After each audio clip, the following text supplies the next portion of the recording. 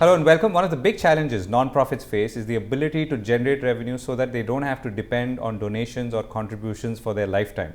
How do they do it? Well, they have to move or gravitate towards a hybrid model. And interestingly, so does India Inc. or so do corporations who have to find social value or create social value in what they do. There's someone who's working on this subject quite closely, and I'm pleased to be joined by him, Sougata, Professor of Strategic Management at the Indian Institute of Management, Calcutta. Thank you very much for joining us, Sougata. So tell us, let's start with the non-profit world trying to find sustainability, right? And you said that one of the reasons this is happening is because contributions and donations, particularly coming from cross-border, are drying up as India becomes more developed. And at the same time, maybe they are not ready to create those revenue models and sources for funding, which perhaps they could have if they had started on it earlier. Absolutely. The one is, as I said, that the cross-border donations are coming down, and India also, the culture of giving has not taken that much root. So therefore, these NGOs are facing the struggle in terms of how do you fund their mission critical projects.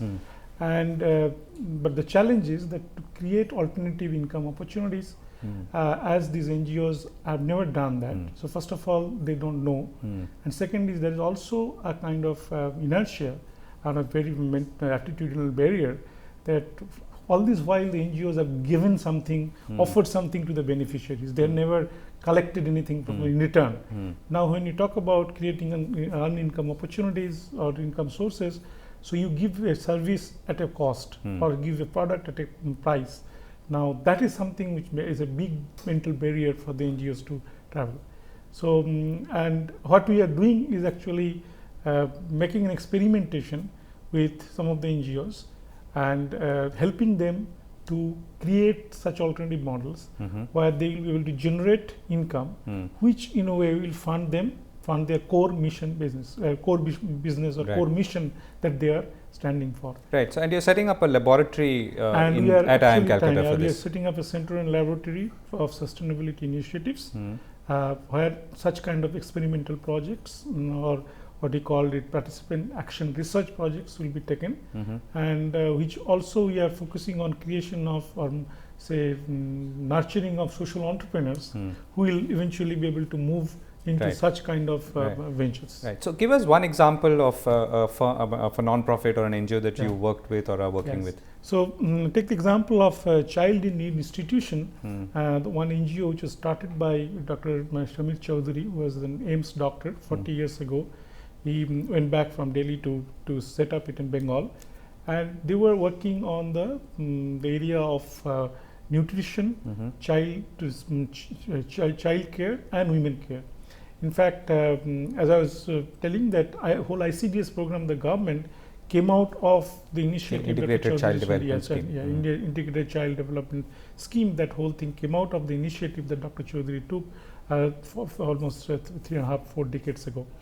Now, for all this while, and Dr. Chaudhary has been very well linked in the Western world, particularly in Europe. So most of his funding used to come from Europe. And as a part of this initiative, they developed a product which is a nutrition product called NutriMix, and fed for the children from beyond 6 months of age. Okay? But what happened? They used to do it free. They used to give it free from the donors' money.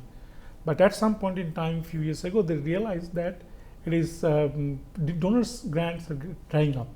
Okay? And as the culture of funding is also from India has not grown up that much, so this is whether this can be a mechanism by which they can generate funds, and that's why I also came into the board, and we are now experimenting with a Section 25, creating a Section 25 company, separate from the mother organization, though there is a commonality in the board, and that Section 25 company is experimenting with selling these products on a commercial basis.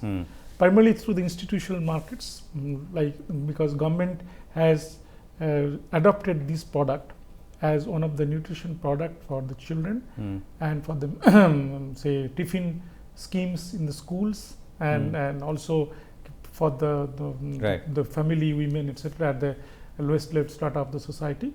And so what you're doing is really taking a product or service that's already being delivered and trying to see if that can be monetized. Absolutely, that can be monetized, and first through the institutional mechanism, and also we are also going to the retail markets. Right. Okay, and we have created that product that was a best product. Now we've created about half a dozen variants of that product, keeping in the taste in mind, because taste is very important. Right. And one of the reasons this product was not doing well was because it was not tasty.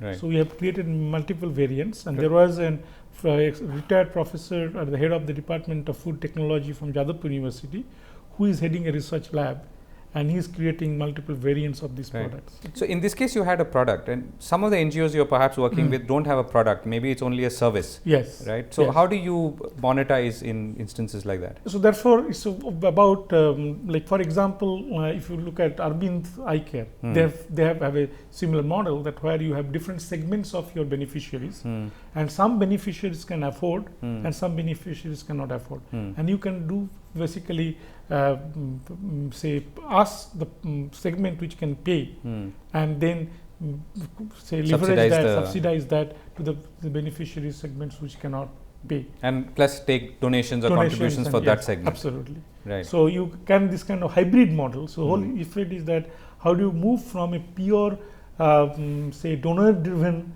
NGO model to moving into a hybrid model. Are you also saying that it's an imperative in some ways that non-profits should actively consider doing this? So in most of the cases, yes. That I would not say that for all cases that is the case, but there are situations where increasingly more NGOs have to need to move into a hybrid space, because donors' money are going to be not available as much. And the other thing is, as you say, the corporates are also moving into this space. So therefore, there is a cross learning that is going to happen. And see, the challenge that as I see that from the NGO point of view and corporate point of view, both are actually talking about creation of social value, but they don't see eye to eye, or there is no meeting point, because they don't know how to interact with each other and leverage each other's expertise. So I see it's a very good trend that if NGOs start moving into the hybrid space, then their ability to leverage and work with the corporates, both in terms of getting grants and then some financial support, as well as the managerial support.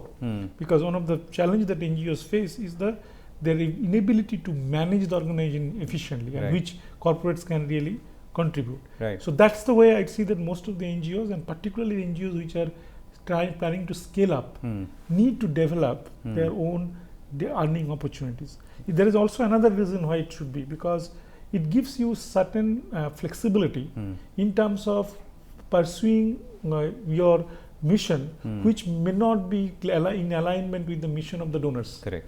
So, because as you know, and donors keep changing too, right? Changing, and they might have missions, but there are other missions which you like to pursue, and therefore, if you have certain additional funding sources, then you can pursue those missions. Right. So let me ask you the sort of last question. I mean, from the other side, we talked about the migration of non-profits to quasi-profits, not quasi-profit, but quasi-revenue. Yes.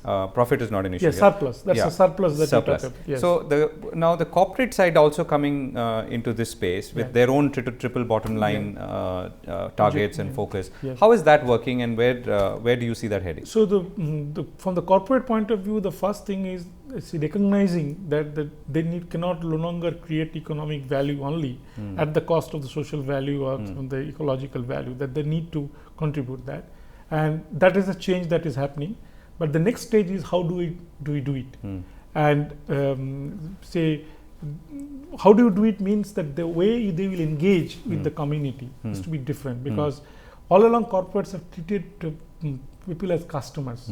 But when you get into the social value space, you can't treat anybody as customers. You treat them as beneficiaries or the communities or partners. Now that's a big challenge, big change the corporate has to make, and therefore for them building that skill will take time. So they need to work with NGOs to actually supplement that, and the other thing is that the core competencies of the corporates continue to be how do you create more economic value, and they can partner with the NGOs who are in the social value creation space as well as environmental space to actually add value to this community at a faster rate, and I would say that much quickly, and without really getting into some kind of trouble that are inherent for doing grassroots work, because for doing community based work, you need a lot of grassroots level competencies, which corporates normally don't have. Right. But through this association, they will gradually be able to create a cadre of people who will be able to learn those competencies. And you're saying that you are also seeing live examples of this? Yes, already? There are examples of that. So like Unilever is doing that. They are working on sustainable living concept, and they're actually working with many NGOs to say improving the washing habit of people, where it requires less water. Then if you look at the kids, they don't then how do you, because typically they use a lot of water when they're in schools to wash. How do you actually reduce that kind of thing? So there are one is usage habit, then also there are educational programs. So they are tying up with such kind of educational program.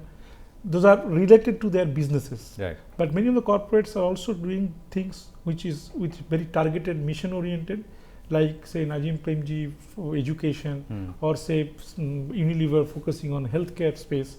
Now they're again working with some organizations who are in that space and collaborating with them makes more sense, because for Unilever creating a healthcare facility will be always a bigger challenge. But if they work with an Arvind Hospital or an Narayana Hidayalaya, they can actually do it, and there will be greater bang for the bucks, in the sense that whatever they bring in to the table, that will be better utilized. So I see that there is an opportunity, but these are still not a strategic initiatives in that sense. For the strategic initiative for the corporates is how do you actually embed your sustainability initiatives into the core strategy of the company, like say your products are like what ITC is doing, or say even Unilever, what they are talking about, that their entire value chain, supply chain, they will be carbon neutral. So they are going backwards, reaching out to the suppliers and suppliers and training them in terms of how do you actually become carbon neutral in those space. So those are very, very strategic in nature. Or say even if you come up with products which say not only reduce the consumption of the natural resources but also actually create more value, and like the electric car and other kind of things that some of the companies are doing. So both at the tactical level as well as strategic level, I see corporates are moving into this space. And if they're not, they need to. I think they that's need quite to. clear. That's a very clear as thing. much as the non-profits need to migrate to. And then there is a higher degree of collaboration possible now with the corporates and NGOs, because mindset-wise they are coming closer. Right. So last question, Sougata. Tell us one interesting project that you are likely to work with or are about to start with, which you would look forward to in the coming year. One of the things that apart from the one you mentioned. Yes, we are just starting off, because one of the bigger challenge that the corporates are facing, particularly after this new legislation, Companies Act 2013, where 2% of the profit has to be spent on social projects. Now there are millions of NGOs. Now if you have to work with them, because as I was mentioning, the corporates have to work with the NGOs in the social sector. Now which NGO to choose? They're facing a huge challenge in terms of identifying projects and identifying project partners in the NGO space. So what we are actually working on now, to creating a kind of rating model for the NGOs. Developing that model. Being an academic institution, we are not planning to start a CRISIL, but what we plan to do is to create that model, which an organization or say a social entrepreneur can start an enterprise and create a build like CRISIL for say rating NGOs, because that would in fact I was discussing with some of the CSR heads, and they are saying that this would be a brilliant idea, because they are really struggling on that part. Because and this is again the first-hand experience that we have, that some of the donors which are mature donors like Tatas, etc., they are actually increasingly coming towards such NGOs who have very robust management and practices. And therefore, if a model comes up or a rating agency comes up, which actually can create that kind of, these are the AAA plus NGOs, then from the corporate point of view, it will be easier for them to work with them and get better impact of their investments that they are making. Because in the new Companies Act, they are also accountable for the investments they are making. So therefore, they need such kind of partners with whom they will be more say comfortable Right. working with. Right, and this Yeah. I think it's a good note. I mean, the whole sector is getting very organized and structured, Yes, and with yes. ratings coming in, I guess it's Absolutely, sort of and completes the NGOs, picture. Yeah. one of the major challenge for the NGOs is to become more efficient, because as I said, that there is lesser money that is coming in, so therefore the impact from with that lesser money has to be much higher, and that's only way is possible that if you use technology, you bring in more better managerial practices, learn from the efficient corporates, how do you manage NGOs better in terms of organizational practices, etc., which will eventually will be a win-win for everybody, because with say same amount of money we can achieve more. And as you understand, in most part of the world, there's so much poverty, so much of ill health, so many problems that we are facing. So therefore, we need to make all organizations efficient, just not the business organization. That's right, and solve the problems the real problems that we face. Sougata, Sougata, thank you very much for speaking with us. Thank you. It was a pleasure talking to you. Thank you.